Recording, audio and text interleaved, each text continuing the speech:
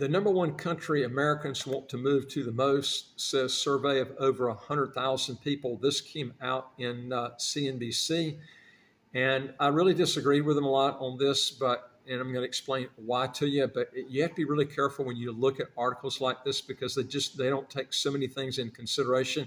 And then you make an international move and you realize you made a huge mistake on this.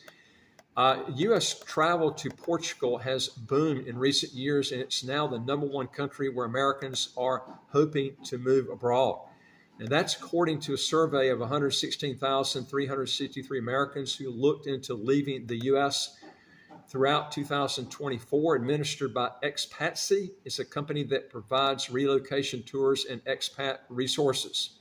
Now, visitors to Expatsy's website are invited to complete a 20-question assessment to see which country might suit them best based on their lifestyle preferences like weather and local policy, future plans like studying or working, financial means, and other factors. Now, survey takers are asked about the countries they most interested in learning about, and the top requested countries include these countries here. Now, Portugal was rated number 1.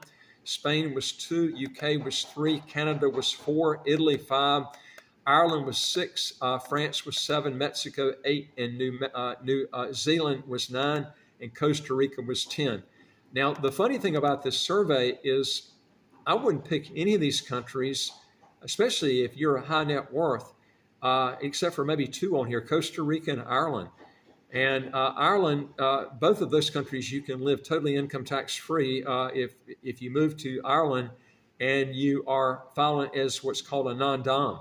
Now, Costa Rica has a territorial tax system, so if everything's made outside the country, and also with Ireland too, it has to be made outside the country with Ireland. Ireland's based on remittance. Costa Rica doesn't make any difference. You can remit it back in and still not pay taxes on it. All the other ones are going to tax you heavily on your worldwide income if you live there. Now, Switzerland is pretty good, but it still taxes worldwide income if you live there. It would be better than the other ones I've listed other than Costa Rica and Ireland. Now, Ireland, the thing I don't like about Ireland, it does have an inheritance tax, and it depends on who you're going to leave those funds to, depending on what that percentage is. And that's probably the thing I dislike about it the most. But again, if you go to Ireland, you get the passport, assuming you're going here and you're thinking about getting the passport, which I advise anybody to do that. Why go to a country and not be thinking about getting the passport? But Ireland, you can literally go and get the passport and still keep your non-dom status if you want to do that. But again, the problem with Ireland, if you stay there long enough, in fact, it starts to kick in after 5 years of living there, the inheritance tax kicks in, okay? So if you die anytime after that period, then you're going to have problems with the estate tax.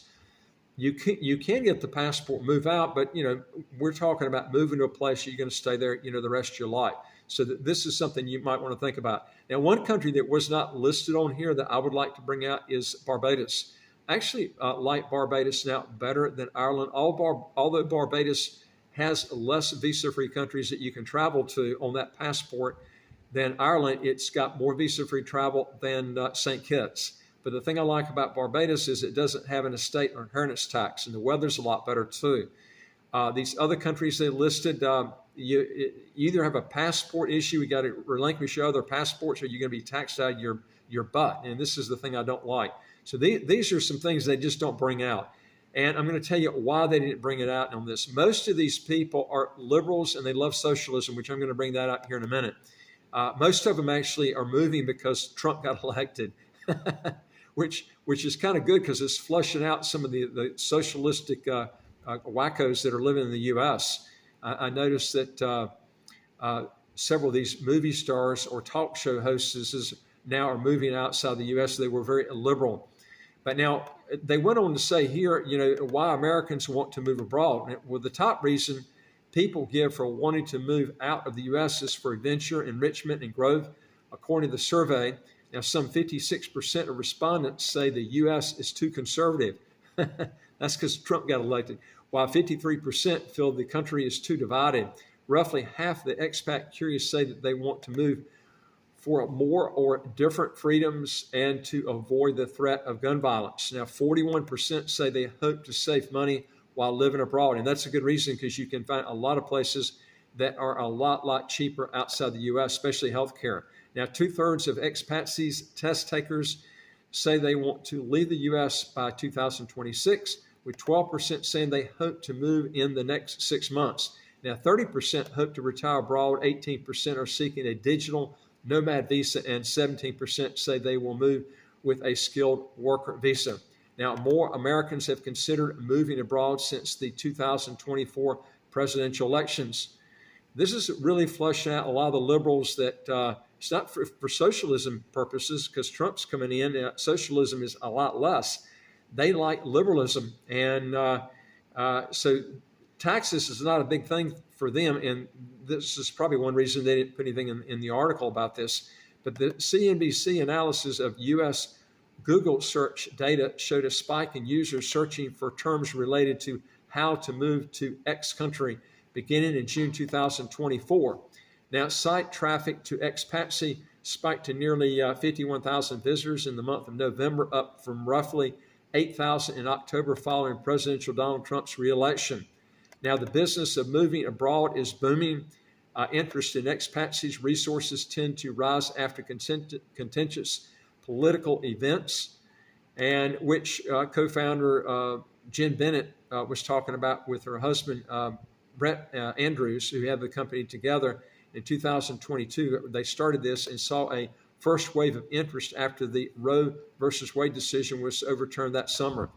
Now their business is booming. Expatsies revenue is up 19,632% year on year, according to documents reviewed by CNBC Make It, as the company sold a growing suite of products, including relocation, scouting trips, one-on-one consultations, and tickets to events like a conference in San Antonio starting Friday and running through the weekend, where over 300 guests will hear from speakers to learn more about the process of moving abroad, from obtaining a visa and moving their finances overseas to choosing the right neighborhood and finding a job as a foreigner.